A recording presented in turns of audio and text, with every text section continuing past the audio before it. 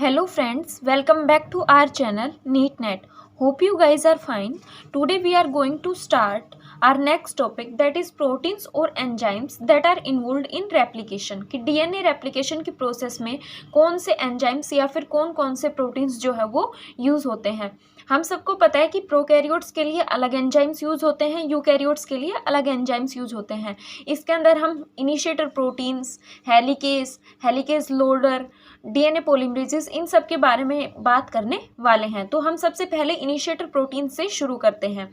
Initiator protein क्या करते हैं? इनिशिएटर प्रोटीन हमारे पास जो ORI साइट होती है, that is the origin of replication की जो साइट होती है जहाँ से रेप्लिकेशन शुरू होता है, ये उस साइट को जाके रिकॉग्नाइज करते हैं. तो प्रोकैरियोट जो है उसके अंदर जो ORIC साइट होती है, ओरिजिन ऑफ रेप्लिकेशन साइट, उसको तो हम ORIC साइट बोलते हैं, लेकिन यूकैरियोट्स में हम इसको ARS, that is the autonomous replicating sequence, इसको हम बोलते हैं. यूकैरियोट्स में हम यीस्ट के रिस्पेक्ट में बात कर रहे हैं और प्रोकैरियोट्स में हम इकोलाई के रिस्पेक्ट में बात कर रहे हैं. तो इकोलाई के अंदर क्या है, यहाँ पे ORIC जो है ये ओरिजिन ऑफ रेप्लिकेशन साइट है and it is recognised by the DNA protein. DNA protein जो है वो इसको रिकॉग्नाइज करता है. DNA प्रोटीन क्या है? ये एक इनिशिएटर प्रोटीन है. तो हमारे पास ORIC साइट है, इसके ऊपर DNA प्रोटीन जो है वो जाके बाइंड होता है. It is the initiator protein, ये इसको जाके रिकॉग्नाइज करता है. अगर हम यीस्ट की बात करें तो यीस्ट में जो हमारे पास ओरिजिन ऑफ रेप्लिकेशन साइट होती है, that is the ARS, that is the autonomous replicating sequence, and it is recognized by the ORC126. ORC126 क्या है? That is the origin recognition complex 126. ये इनिशिएटर प्रोटीन है. ये ARS जो है origin of replication site, इसको ये recognise कर लेता है. तो यहाँ पे प्रोकैरियोट्स है, प्रोकैरियोट्स में DNA जो है ये इनिशिएटर प्रोटीन की तरह काम करता है और ये ORC साइट जो है उसको रिकॉग्नाइज करता है. यूकैरियोट्स की अगर हम बात करें तो उसके अंदर ORC126, that is the origin recognition complex 126, ये इनिशिएटर प्रोटीन की तरह काम करता है और ये ARS, that is the autonomous replicating sequence, इसको ये जाके रिकॉग्नाइज करता है, यहाँ पे जाके बाइंड होता है ये. तो हम यहाँ पे सबसे पहले प्रोकैरियोट्स के बारे में बात करते हैं. तो प्रोकैरियोट्स में क्या है? ORIC जो है ये हमारे पास ओरिजिन ऑफ रेप्लिकेशन साइट जो है उसकी तरह ही काम करता है. तो ORIC साइट है, हमने देखा था कि ORIC मतलब जहाँ से ओरिजिन शुरू होता है वो AT रिच सीक्वेंस होती है. AT रिच सीक्वेंस देखा था क्योंकि इसके अंदर डबल बॉन्ड प्रेजेंट होते हैं जिनको तोड़ना इजी होता है as compare to GC rich, that is the यहाँ पे GC रिच में ट्रिपल बॉन्ड प्रेजेंट होते हैं.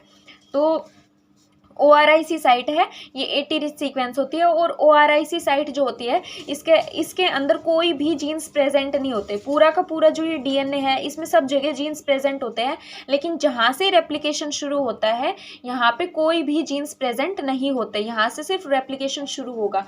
तो अगर हम यहाँ पे प्रोकैरियोट्स की बात कर रहे हैं, इसके अंदर जो ये AT रिच सीक्वेंस होती है ये 245 बेस पेयर की होती है. ये 245 बेस पेयर की सीक्वेंस होती है और इसके अंदर 9 और 13 सीक्वेंस जो है यहाँ पे प्रेजेंट होती है. जैसे यहाँ पे देखिए आप, ये जो ओरिजिन ऑफ रेप्लिकेशन साइट है ORIC जो इकोलाई का है, ये हम यहाँ पे देख रहे हैं, ये 245 बेस पेयर की होती है और इसके अंदर 9 और 13 सीक्वेंस जो है यहाँ पे प्रेजेंट होती है. 9 जो है ये 5 बार रिपीट होती है और 13 जो है ये 3 बार रिपीट होती है. तो ये जो रिपीटेटिव सीक्वेंस है इनको हम क्या बोल देते हैं? इनको हम इटेरोन्स भी बोलते हैं. तो these repetitive sequence are also known as the iterons. तो ये 9 सीक्वेंस जो है ये 5 बार रिपीट होती है, जो 13 सीक्वेंस है ये 3 बार रिपीट होती है और जो पूरा का पूरा ORIC जो है हमारे पास ओरिजिन ऑफ रेप्लिकेशन साइट, ये 245 बेस पेयर का होता है. तो ये ORIC साइट है, इसको क्या करेगा? DNA प्रोटीन जो है ये आके इसको रिकॉग्नाइज करेगा. तो DNA प्रोटीन क्या करेगा? आएगा, इसके ऊपर बाइंड होगा, रिकॉग्नाइज करेगा, रिकॉग्नाइज होने के बाद ये इसके ऊपर क्या होगा? बाइंड हो जाएगा. तो हम देखते हैं कि DNA प्रोटीन आएगा, सबसे पहले आके ये 9 सीक्वेंस पे आके बाइंड होगा. 9 जो DNA प्रोटीन है इसके पास 2 DNA बाइंडिंग डोमेन प्रेजेंट होते हैं. तो 2 DNA बाइंडिंग डोमेन है तो ये DNA पे 2 जगह बाइंड हो सकता है. तो सबसे पहले आके ये 9 सीक्वेंस पे आके बाइंड होगा. 9 सीक्वेंस के ऊपर आके बाइंड होगा, उसके बाद ये जो उसका जो सेकंड डोमेन है वो 13 सीक्वेंस पे आके बाइंड होगा, और जब वो 13 सीक्वेंस पे आके बाइंड होता है वो एटीपी डिपेंडेंट मैनर में आके बाइंड होता है, मतलब यहाँ पे एटीपी का यूटिलाइजेशन होता है, जिसकी वजह से ये डबल स्ट्रैंडेड डीएनए जो है फिर ये सिंगल स्ट्रैंडेड डीएनए में कन्वर्ट किया जाता है। तो क्या है, डीएनए ए है, ये सबसे पहले 9 सीक्वेंस पे बाइंड होता है, फिर इसका दूसरा डोमेन जो है वो जाके 13 सीक्वेंस पे जाके बाइंड होगा एटीपी डिपेंडेंट मैनर में, और ये डबल स्ट्रैंडेड डीएनए को सिंगल स्ट्रैंडेड डीएनए में कन्वर्ट कर देता है। तो इसके अंदर हमने यही देखा है कि प्रोकैरियोट्स के अंदर डीएनए ए इनिशिएटर प्रोटीन की तरह काम करता है, ओआरआईसी पे जाके बाइंड होगा। यूकैरियोट्स के अंदर ORC 126 ओरिजिन रिकॉग्निशन कॉम्प्लेक्स 126 जो है ये इनिशिएटर प्रोटीन की तरह काम करता है, और ये ARS that is the autonomous replicating sequence इस पे जाके बाइंड होता है। हम प्रोकैरियोट्स की बात करें तो ORIC यहाँ पे ओरिजिन ऑफ रेप्लिकेशन साइट होगी, ये 80 रिच साइट होती है, ये 245 बेस पेयर की होती है। इसके अंदर 9 और 13 सीक्वेंस प्रेजेंट होती है। 9 सीक्वेंस जो होती है वो 5 बार रिपीट होती है, 13 सीक्वेंस जो होती है वो 3 बार रिपीट होती है। और डीएनए ए जो है ये सबसे पहले 9 सीक्वेंस पे आके बाइंड होगा, और फिर इसका दूसरा डोमेन जो है वो जाके 13 सीक्वेंस पे जाके इंटरेक्ट करता है, एटीपी डिपेंडेंट मैनर में इंटरेक्ट करेगा, मतलब यहाँ पे एटीपी का यूटिलाइजेशन होगा, और ये डबल स्ट्रैंडेड डीएनए को क्या करता है, ये सिंगल स्ट्रैंडेड डीएनए में कन्वर्ट कर देता है। और पूरे के पूरे जो ये प्लाज्मिड डीएनए है इसके अंदर पूरे के पूरे में जीन्स प्रेजेंट होते हैं, लेकिन जहाँ से रेप्लिकेशन शुरू होता है ORIC साइट जो है वहाँ पे कोई भी जीन्स प्रेजेंट नहीं होते हैं। तो इनिशिएटर प्रोटीन्स में क्या है, डीएनए ए है, इसके 2 डीएनए बाइंडिंग डोमेन्स जो है वो प्रेजेंट होते हैं। एक डोमेन जो है वो 9 एलिमेंट 9 सीक्वेंस पे जाके बाइंड होता है, और दूसरा डोमेन जो है वो 13 रिपीट के ऊपर जाके बाइंड होता है, और वो एटीपी डिपेंडेंट मैनर में बाइंड होता है। जब यहाँ पे ये 13 सीक्वेंस पे जाके बाइंड होता है तो एटीपी का यूटिलाइजेशन करता है, ये डबल स्ट्रैंडेड डीएनए को सिंगल स्ट्रैंडेड डीएनए में कन्वर्ट कर देता है। यहाँ पे अराउंड 20 बेस पेयर जो है यहाँ पे सेपरेट हो जाते हैं, 20 बेस पेयर जो है उनका सेपरेशन यहाँ पे देखने को मिलता है। तो ये तो था हमारे पास इनिशिएटर प्रोटीन्स के बारे में। अब हम बात करते हैं इनिशिएटर प्रोटीन तो क्या करेगा, आके वहाँ पे रिकॉग्नाइज करेगा, रिकॉग्नाइज करके बाइंड हो जाएगा। अब ये क्या करेगा, थोड़ा से स्ट्रैंड को क्या कर देगा, ओपन कर देगा, लेकिन पूरा का पूरा डीएनए क्या करना है, हमें सेपरेट करना है, जिसकी वजह से उसका कॉम्प्लीमेंट्री स्ट्रैंड जो है वो जनरेट किया जा सके। तो उसके लिए हमें हेलिकेज की जरूरत पड़ेगी, लेकिन हेलिकेज को लोड करने के लिए भी तो कुछ चाहिए ना, कि जो हेलिकेज को डीएनए के ऊपर जाके लोड कर सके, क्योंकि डबल स्ट्रैंडेड डीएनए है उसको वो लोड करने के लिए कुछ चाहिए। तो जो हेलिकेज लोडर जो है उनकी ज़रूरत पड़ती है। हेलिकेज लोडर क्या करता है, जहाँ पे ओरिजिन वाली साइट है वहाँ पे ये हेलिकेज को लोड कर देता है। तो अगर हम प्रोकैरियोट्स की बात करें तो प्रोकैरियोट्स के अंदर डीएनए-सी प्रोटीन जो है ये हेलिकेज लोडर की तरह काम करता है। और यूकैरियोट्स की अगर हम बात करें तो उसके अंदर licensing factor that is the CDT1 and CDC6, CDT1 और CDC6 जो है ये लाइसेंसिंग फैक्टर है, और ये लाइसेंसिंग फैक्टर जो है यहाँ पे हेलिकेज लोडर की तरह काम करते हैं, ये हेलिकेज को लोड करते हैं। जैसे हम यहाँ पे प्रोकैरियोट्स का देख रहे हैं, प्रोकैरियोट्स में यहाँ पे क्या है, ये 9 और 13 रिपीट्स प्रेजेंट है। सबसे पहले हमारे पास क्या आएगा, डीएनए ए आएगा जो एक इनिशिएटर प्रोटीन है। डीएनए ए यहाँ पे आके बाइंड हो जाएगा, रिकॉग्नाइज कर लेगा और बाइंड हो जाएगा ORIC साइट पे। उसके बाद क्या होगा, हमारे पास हेलिकेज लोडर आएगा। हेलिकेज लोडर इज द डीएनए-सी क्या करेगा, ये हेलिकेज को लोड करने के लिए काम आएगा, तो ये लोडर आएगा, ये यहाँ पे आके बाइंड होगा। और थर्ड क्या होगा हमारे पास, helicase that is the DNA B जो है ये यहाँ पे आके बाइंड करेगा, और हेलिकेज लोडर जो है इसको लोड करने के अंदर हेल्प करेगा। अब हमारे पास क्या है, हेलिकेज है। हेलिकेज क्या करता है, ये डबल स्ट्रैंडेड डीएनए है। ये डबल स्ट्रैंडेड डीएनए जो है इसके बीच में ये हाइड्रोजन बॉन्ड्स प्रेजेंट है, तो ये सारे के सारे हाइड्रोजन बॉन्ड्स को डिस्टर्ब कर देता है, मतलब क्या कर देगा, ब्रेक कर देगा सारे के सारे बॉन्ड्स को। तो क्या होगा, ये double stranded DNA single stranded DNA में कन्वर्ट हो जाता है। तो हमारे पास क्या है, डीएनए डुप्लेक्स जो है वो अनवाइंड कैसे होता है, तो अनवाइंडिंग करने के लिए हमें हेलिकेज की जरूरत पड़ेगी। हेलिकेज क्या करता है, ये हाइड्रोजन बॉन्ड को डिस्टर्ब कर देता है। अगर ये हाइड्रोजन बॉन्ड को डिस्टर्ब कर देगा तो यहाँ पे डबल स्ट्रैंडेड डीएनए है उसको सिंगल स्ट्रैंडेड डीएनए के अंदर कन्वर्ट कर दिया जाता है। अगर हम यहाँ पे देखें तो प्रोकैरियोट्स के अंदर हमने देखा कि डीएनए बी जो है वो हेलिकेज की तरह काम करता है। और यूकैरियोट्स की अगर हम बात करें तो यूकैरियोट्स के अंदर MCM 227, MCM 227 का मतलब क्या होता है? M मतलब मिनी, C का मतलब क्रोमोजोम, M का मतलब मेंटेनेंस। तो मिनी क्रोमोजोम मेंटेनेंस 227 जो है यहाँ पे ये यूकैरियोट्स के अंदर ये हेलिकेज की तरह काम करता है। MCM 227 is act as a helicase. और हेलिकेज क्या करता है? ये एटीपी का यूटिलाइजेशन करता है, एटीपी को एज अ एनर्जी यूज करेगा ये, और यूज करके क्या करता है? ये डबल स्ट्रैंडेड डीएनए को सिंगल स्ट्रैंडेड डीएनए के अंदर कन्वर्ट कर देता है। और जो हमारे पास ये हेलिकेज है ये एक हेक्सामेरिक प्रोटीन है, ये रिंग लाइक स्ट्रक्चर होती है इसकी, और ये एक हेक्सामेरिक प्रोटीन है। अगर हम हेलिकेज की बात करें, हेलिकेज क्या है? ये डबल स्ट्रैंडेड डीएनए को सिंगल स्ट्रैंडेड डीएनए में कन्वर्ट करेगा, लेकिन इसकी कुछ डायरेक्शन भी होगी कि ये एक पर्टिकुलर डायरेक्शन के अंदर ये मूव करता है। जैसे हमने पहले देखा था कि जो हमारे पास रेप्लिकेशन है, रेप्लिकेशन की डायरेक्शन हमेशा 5 प्राइम टू 3 प्राइम होती है। 5 प्राइम टू 3 प्राइम हमें डायरेक्शन देखने को मिलती है कि रेप्लिकेशन हमेशा इसी डायरेक्शन में होगा। तो हेलिकेज है उसकी भी पोलैरिटी होती है। उसकी पोलैरिटी क्या होती है कि प्रोकैरियोट्स के अंदर अलग पोलैरिटी होती है, यूकैरियोट्स के अंदर अलग पोलैरिटी देखने को मिलती है। तो प्रोकैरियोट के अंदर डीएनए बी जो है वो हमारे पास हेलिकेज की तरह काम करता है। ये हमेशा 5 प्राइम टू 3 प्राइम डायरेक्शन के अंदर मूव करता है, 5 प्राइम टू 3 प्राइम डायरेक्शन में मूव करेगा। मतलब 5 प्राइम टू 3 प्राइम डायरेक्शन में मूव कर रहा है, मतलब ये लैगिंग स्ट्रैंड के ऊपर जाके बाइंड होगा, उसको ये टेम्पलेट की तरह यूज करता है, उसके ऊपर ये 5 प्राइम टू 3 प्राइम डायरेक्शन के अंदर मूव करता है। जैसे आप यहाँ पे देखिए ये प्रोकैरियोट्स है, यहाँ पे ये क्या है? ये प्रोकैरियोट का डीएनए है। प्रोकैरियोट का डीएनए क्या है? अब ये जो है ये रेप्लिकेशन फोर्क बनेगी, इसमें ये पूरा का पूरा क्या होगा? अनवाइंड होगा। तो अनवाइंडिंग के लिए हमें हेलिकेज की जरूरत पड़ेगी। हेलिकेज की डायरेक्शन क्या है? आप देखें यहाँ पे ये 5 प्राइम टू 3 प्राइम डायरेक्शन है। और डीएनए सिंथेसिस की अगर हम बात करें तो डीएनए सिंथेसिस कौन सी डायरेक्शन में हो रही है? 5 प्राइम टू 3 प्राइम डायरेक्शन में ही डीएनए सिंथेसिस हो रही है। ये हमारे पास लीडिंग स्ट्रैंड है, ये हमारे पास लैगिंग स्ट्रैंड है। और प्रोकैरियोट्स के अंदर जो हेलिकेज है वो लैगिंग स्ट्रैंड के ऊपर जो है मूव करता है, लैगिंग स्ट्रैंड के ऊपर ये माइग्रेट करेगा, और ये 5 प्राइम टू 3 प्राइम जो है उस डायरेक्शन का ये यूज करता है, एटीपी को एज ए एनर्जी यूज करता है और उसको ये एडीपी में कन्वर्ट कर देता है। ठीक है। अगर हम यूकैरियोट्स की बात करें तो यूकैरियोट्स के अंदर क्या होता है? ये हमारे पास लीडिंग स्ट्रैंड है, ये इधर यहाँ पे लैगिंग स्ट्रैंड का फॉर्मेशन हो रहा है। तो क्या करता है?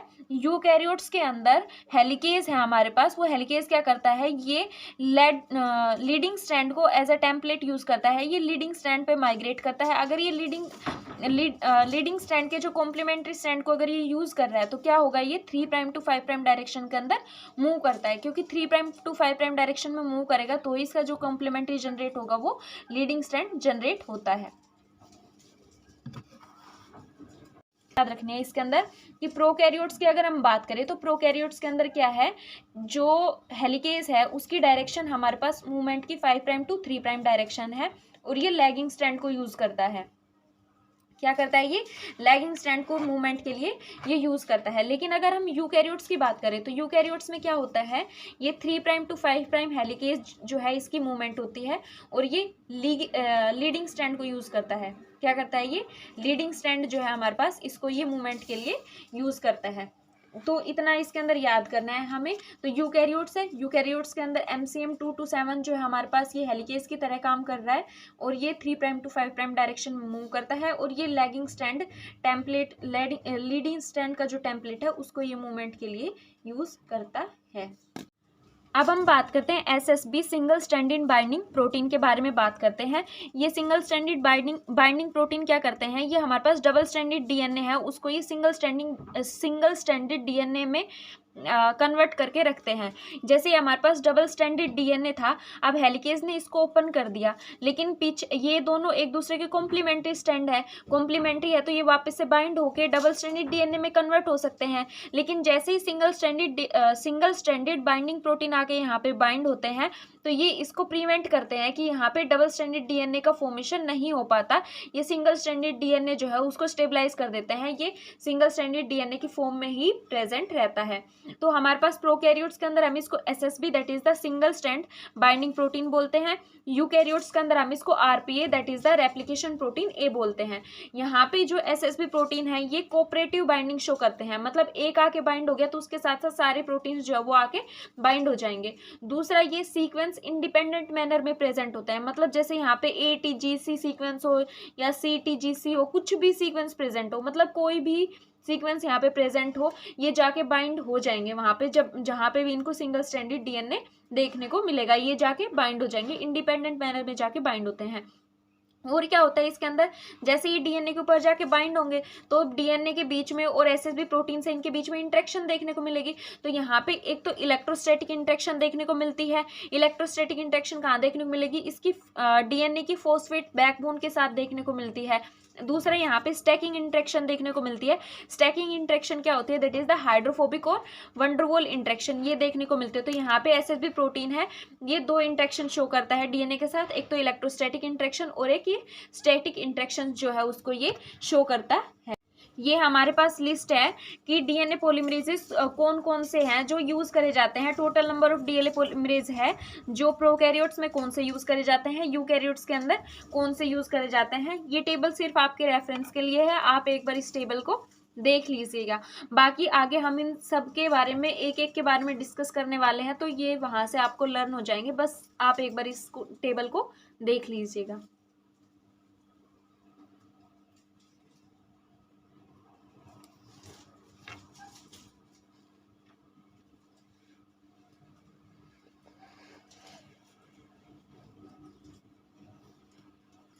अब हम देखते हैं what are the total number of replicative DNA polymerases.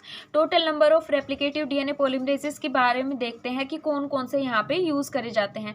तो प्रोकैरियोट्स है, प्रोकैरियोट्स के अंदर DNA पॉलीमरेज 1, 2, 3, 4, 5 ये सारे प्रेजेंट होते हैं, लेकिन रेप्लिकेशन के लिए मेनली 1 और 3 ही यूज़ करे जाते हैं। ये दोनों क्यों यूज़ करे जाते हैं, क्योंकि ये दोनों प्रोसेसिव होते हैं। 3 जो है ये सबसे ज़्यादा यूज़ करा जाता है क्योंकि ये सबसे ज़्यादा प्रोसेसिव होता है, मतलब ये टेम्पलेट पे बाइंड होने के बाद ये इजीली फोल्ड नहीं होता। ये लंबा जो DNA स्ट्रैंड जो उसको सिंथेसाइज करता है, अराउंड ये 1000 to 2000 बेस पेयर को सिंथेसाइज करता है, उसके बाद ये फोल्ड होता है। तो ये क्या करता है, ये बड़े बड़े मतलब लंबा DNA स्ट्रैंड जो उसको सिंथेसाइज करता है, ये एक प्रोसेसिव DNA पॉलीमरेज है।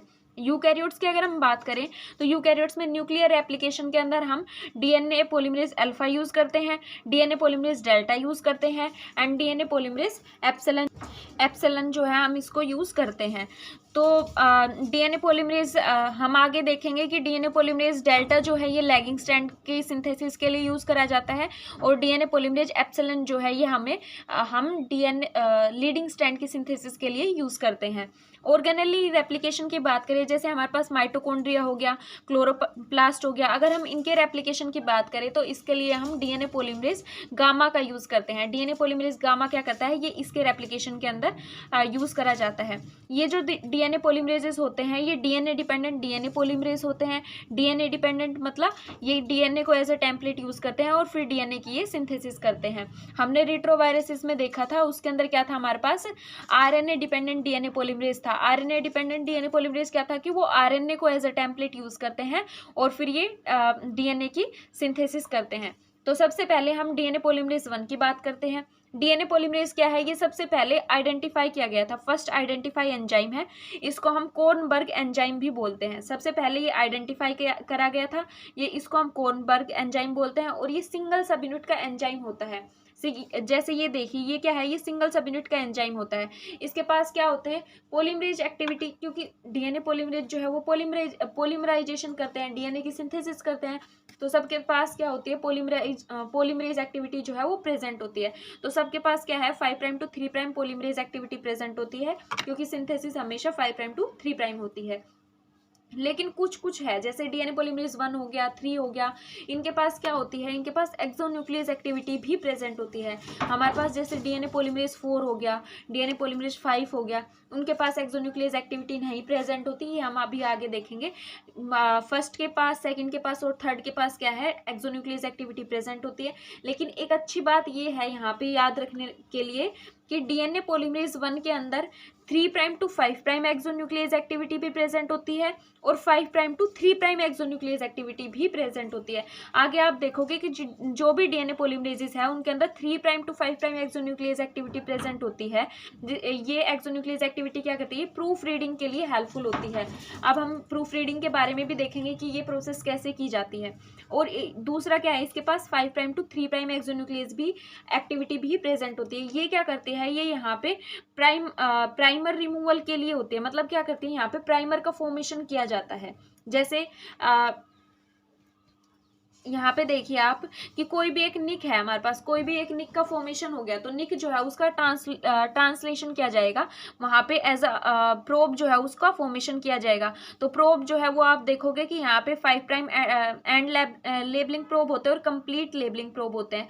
5' एंड में क्या होता है, सिर्फ गामा फोस्फेट जो है उसको रेडियो लेबल किया जाता है, लेकिन कंप्लीट लेबलिंग के अंदर जो हमारे पास अल्फा फोस्फेट होता है, जो मतलब न्यूक्लियोटाइड आते हैं, अपकमिंग न्यूक्लियोटाइड है, उनका जो अल्फा फोस्फेट है वो रेडियो लेबल्ड होता है। लेकिन जो 5' में होती है उसके अंदर सिर्फ जो गामा फोस्फेट है वो हमें रेडियो लेबल चाहिए। तो क्या होता है हमारे पास 5' to 3' एक्सोन्यूक्लियस एक्टिविटी जो होती है ये मेनली अगर कोई भी गैप हमारे पास होता है तो उसको मतलब फिल करने के लिए ये हेल्पफुल होती है कि जो ये 5' to 3' क्या करता है, ये आगे आगे से क्या करेगा, ये न्यूक्लियोटाइड्स को हटाता रहेगा जो अलग अलग होगा, और पीछे से 5' to 3' पॉलीमरेज एक्टिविटी से क्या होगा, इसको सिंथेसाइज कर दिया जाएगा।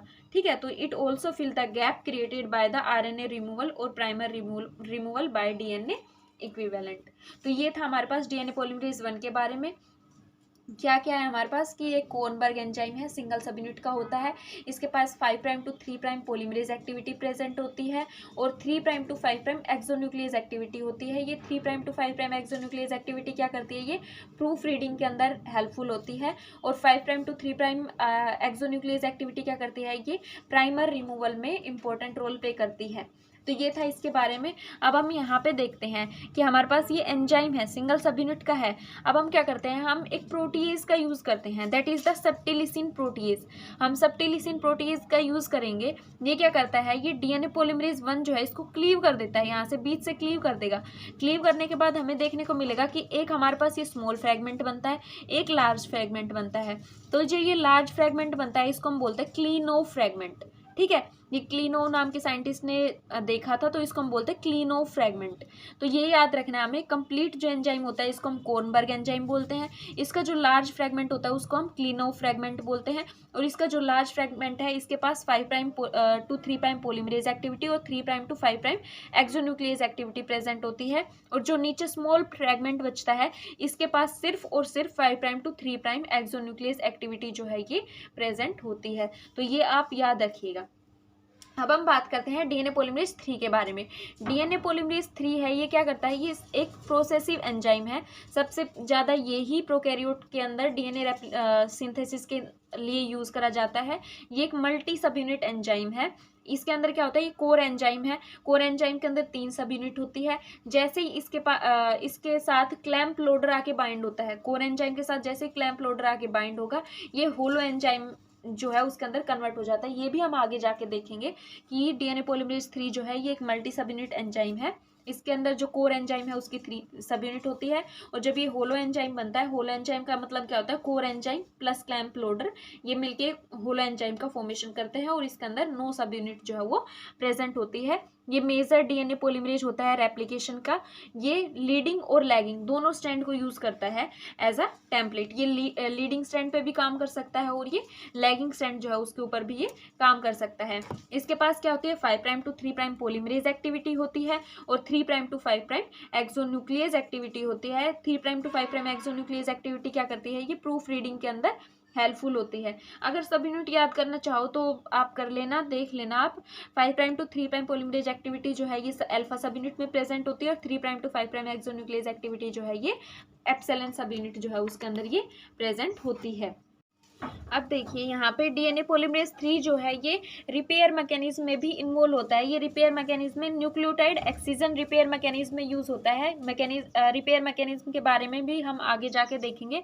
दूसरा क्या है, ये एक प्रोसेसिव एंजाइम है। प्रोसेसिव एंजाइम का मतलब क्या होता है, ये कंटिन्यूअसली डीएनए के स्ट्रैंड को सिंथेसाइज करता है। ये अराउंड 1000 to 2000 न्यूक्लियोटाइड जो है उसको सिंथेसाइज कर देता है without falling of from the template. Template से गिरे बिना ही ये 1000 से 2000 न्यूक्लियोटाइड को ये सिंथेसाइज कर देता है, एक लंबे स्ट्रैंड को ये सिंथेसाइज करता है।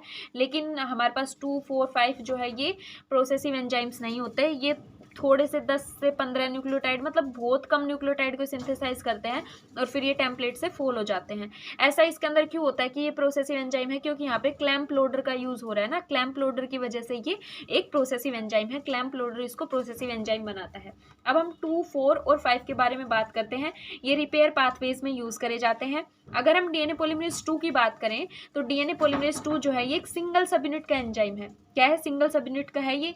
इसके पास 5' to 3' पॉलीमरेज एक्टिविटी होती है और 3' to 5' एक्सोन्यूक्लियस एक्टिविटी प्रेजेंट होती है। तो आप ये तो सब में याद रखिए कि जितने भी डीएनए पॉलीमरेजेस है सब के अंदर 5' to 3' पॉलीमरेज एक्टिविटी मिलेगी और 3' to 5' एक्सोन्यूक्लियस एक्टिविटी भी मिलती है।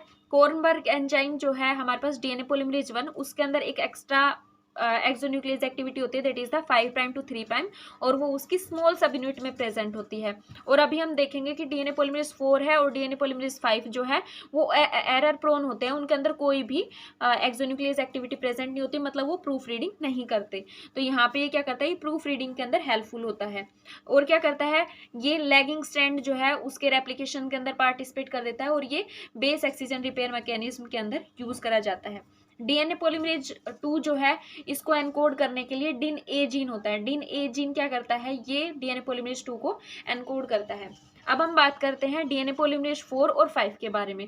डीएनए पॉलीमरेज 4 और 5 क्या है, ये एरर प्रोन डीएनए पॉलीमरेज होते हैं। इनके पास सिर्फ और सिर्फ 5' to 3' पॉलीमरेज एक्टिविटी प्रेजेंट होती है।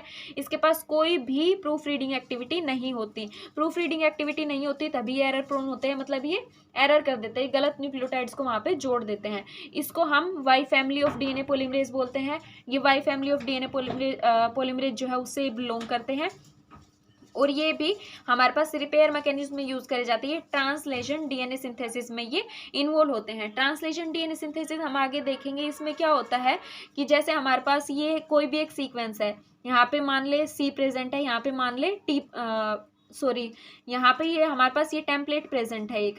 यहाँ पे जितने भी डीएनए पॉलीमरेज है यहाँ पे आके फॉल हो जाते हैं, वो रिकॉग्नाइज ही नहीं कर पा रहे कि यहाँ पे कौन सा हमारे पास न्यूक्लियोटाइड प्रेजेंट है। अभी आप देखोगे, आगे जाओगे, आगे हम देखने वाले हैं रिपेयर मैकेनिज्म में भी कि यहाँ पे बहुत से जैसे हमारे पास न्यूक्लियोटाइड्स है वो हाइपोजेंथिन में कन्वर्ट हो जाते हैं।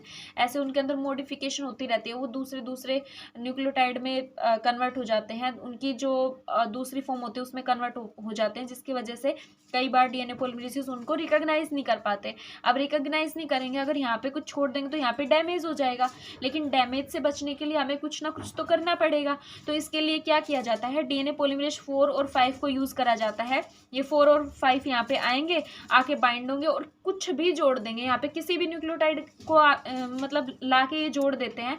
ये नहीं देखते कि यहाँ पे क्या प्रेजेंट है क्या नहीं, बस ये जोड़ देते हैं, कुछ भी जोड़ देते हैं यहाँ पे। तो क्या करा जाता है, रिपेयर को, डैमेज जो था उसको रिपेयर कर दिया जाता है, मतलब बेशक गलत हो सही हो लेकिन उसको रिपेयर कर दिया जाता है, ये होता है। तो ये एरर प्रोन होते हैं, इसको हम ट्रांसलेशन डीएनए सिंथेसिस भी बोलते हैं। इसको डिटेल में हम आगे देखेंगे। डिन बी जीन है हमारे पास। डिन बी जीन क्या करता है, ये डीएनए पॉलीमरेज 4 को एनकोड करता है। तो डीएनए पॉलीमरेज 4 को एनकोड करने के लिए डिन बी जीन है। डीएनए पॉलीमरेज 2 के लिए डिन ए जीन था और डीएनए पॉलीमरेज 5 के लिए UMUCD जीन है। तो ये था हमारे पास डीएनए पॉलीमरेजेस 1, 2, 3, 4, 5 के बारे में जो प्रोकैरियोट्स के थे। अब हम बात करते हैं यूकैरियोट्स के। यूकैरियोट्स के लिए हमने देखा था कि न्यूक्लियर रेप्लिकेशन के लिए, अगर न्यूक्लियर डीएनए का रेप्लिकेशन हो रहा है तो उसके लिए डीएनए पॉलीमरेज अल्फा, डेल्टा और एप्सिलॉन का यूज करा जाता है और ये मल्टी सब यूनिट होते हैं। डेल्टा जो है वो लैगिंग स्ट्रैंड पे काम करता है, जो हमारे पास एप्सिलॉन है वो लीडिंग स्ट्रैंड के ऊपर काम करता है। एप्सिलॉन क्या है हमारे पास, ये लीडिंग स्ट्रैंड के ऊपर काम करेगा। तो डेल्टा और एप्सिलॉन जो दोनों है ये क्या है, दोनों के दोनों प्रोसेसिव एंजाइम है। प्रोसेसिव एंजाइम मतलब ये लंबे डीएनए को क्या करते हैं, ये सिंथेसाइज करते हैं, उसके बाद ये फोल होते हैं। डीएनए पॉलीमरेज गामा की बात करें तो ये हमने ऑर्गेनली के जो डीएनए होते हैं उनके सिंथेसिस के लिए देखा था। ये माइटोकॉन्ड्रियल और क्लोरोप्लास्ट डीएनए रेप्लिकेशन के लिए ये इंपॉर्टेंट है, ये वहाँ उसके अंदर ये इन्वॉल्व होता है। सबके पास क्या होती है, 5' to 3' पॉलीमरेज एक्टिविटी होती है और 3' to 5' exonuclease, that is the proof reading activity जो है इसके अंदर ये प्रेजेंट होती है। अब हम देखते हैं डीएनए पॉलीमरेज अल्फा के बारे में। हमने डेल्टा के बारे में देख लिया, एप्सिलॉन के बारे में देख लिया हमने, और गामा के बारे में देख लिया। डेल्टा जो है वो लैगिंग के लिए यूज करा जा रहा है हमारे पास, एप्सिलॉन जो है वो लीडिंग के लिए यूज करा जा रहा है, गामा जो है हमारे पास वो ऑर्गेनेली माइटोकॉन्ड्रिया और क्लोरोप्लास्ट के डीएनए रेप्लिकेशन के लिए यूज करा जा रहा है। हम अल्फा की बात करते हैं। अल्फा क्या होता है हमारे पास, इसके पास दो एक्टिविटी प्रेजेंट होती है। इसके पास एक तो होती है प्राइमेज एक्टिविटी, एक होती है पॉलीमरेज एक्टिविटी। ये दो तरीके से काम कर लेता है। अगर ये डीएनए पॉलीमरेज की तरह काम कर रहा है तो वो इसके पास 5' to 3' पॉलीमरेज एक्टिविटी देखने को मिलेगी और 3' to 5' एक्सोन्यूक्लियस एक्टिविटी देखने को मिलेगी। लेकिन जब ये प्राइमेज की तरह काम करता है, प्राइमेज की तरह काम कर रहा है मतलब जब ये प्राइमर की सिंथेसिस करता है तो सिर्फ और सिर्फ इसके पास 5' to 3' पॉलीमरेज एक्टिविटी देखने को मिलती है। इसके पास कोई भी एक्सोन्यूक्लियस एक्टिविटी या फिर प्रूफ रीडिंग एक्टिविटी देखने को नहीं मिलती। तो डीएनए पॉलीमरेज के पास दो एक्टिविटी होती है, अल्फा के पास दो एक्टिविटी होती है, एक तो प्राइमेज एक्टिविटी, एक पॉलीमरेज एक्टिविटी। प्राइमेज एक्टिविटी में सिर्फ और सिर्फ इसके पास 5' to 3' पॉलीमरेज एक्टिविटी होती है। आरएनए की सिंथेसिस करता है, अराउंड ये 10 to 30 न्यूक्लियोटाइड की सिंथेसिस करेगा। अगर हम पॉलीमरेज की बात करें तो उसमें 5' to 3' पॉलीमरेज एक्टिविटी होती है, साथ और साथ इसके पास 3' to 5' एक्सोन्यूक्लियस एक्टिविटी भी प्रेजेंट होती है। जैसे आप यहाँ पे देखिए, ये यहाँ पे प्राइमर है, प्राइमर की सिंथेसिस के लिए हमने डीएनए पॉलीमरेज अल्फा का यूज़ किया। डीएनए पॉलीमरेज अल्फा क्या करेगा, प्राइमेज की तरह काम करेगा। यहाँ पे 10 to 30 न्यूक्लियोटाइड का प्राइमर यहाँ पे सिंथेसाइज कर देगा। उसके बाद डीएनए पॉलीमरेज अल्फा जो है ये यहाँ से फोल हो जाएगा, ये यहाँ से हट जाएगा। इसकी जगह पे डीएनए पॉलीमरेज एप्सिलॉन जो है ये काम करेगा, ये आके बाइंड होगा, बाइंड होकर और क्या करेगा, ये लीडिंग स्ट्रैंड की सिंथेसिस करेगा। इधर क्या होगा, इधर हमारे पास वही प्राइमर के लिए डीएनए पॉलीमरेज अल्फा आएगा। अल्फा आने के बाद थोड़ा सा प्राइमर सिंथेसाइज करेगा, फिर ये हट जाएगा और फिर यहाँ पे लैगिंग स्ट्रैंड की सिंथेसिस कौन करता है, डीएनए पॉलीमरेज डेल्टा करता है। तो डीएनए पॉलीमरेज डेल्टा आके बाइंड होगा, ये लैगिंग स्ट्रैंड की सिंथेसिस करेगा, फिर ये थोड़ी देर बाद गिर जाएगा। फिर आके डीएनए पॉलीमरेज अल्फा जो है वो प्राइमर सिंथेसाइज करेगा, फिर वो प्राइमर सिंथेसाइज करके वो हट जाएगा, फिर डीएनए पॉलीमरेज डेल्टा जो है वो आके बाइंड होगा। ऐसे कंप्लीट ये प्रोसेस जो है ये चलती रहती है।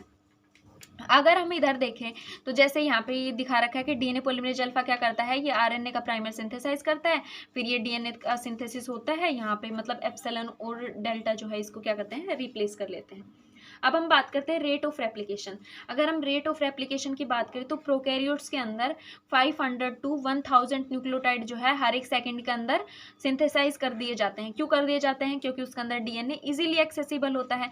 लेकिन जो अगर हम यूकैरियोट्स की बात करें उसके अंदर सिर्फ 50 to 100 न्यूक्लियोटाइड पर सेकंड सिंथेसाइज करे जाते हैं, क्योंकि उसके अंदर बहुत सारे प्रोटीन्स प्रेजेंट होते हैं, हिस्टोन और नॉन हिस्टोन प्रोटीन होते हैं, जिसकी वजह से डीएनए जो है वो इजीली एक्सेसिबल नहीं हो पाता।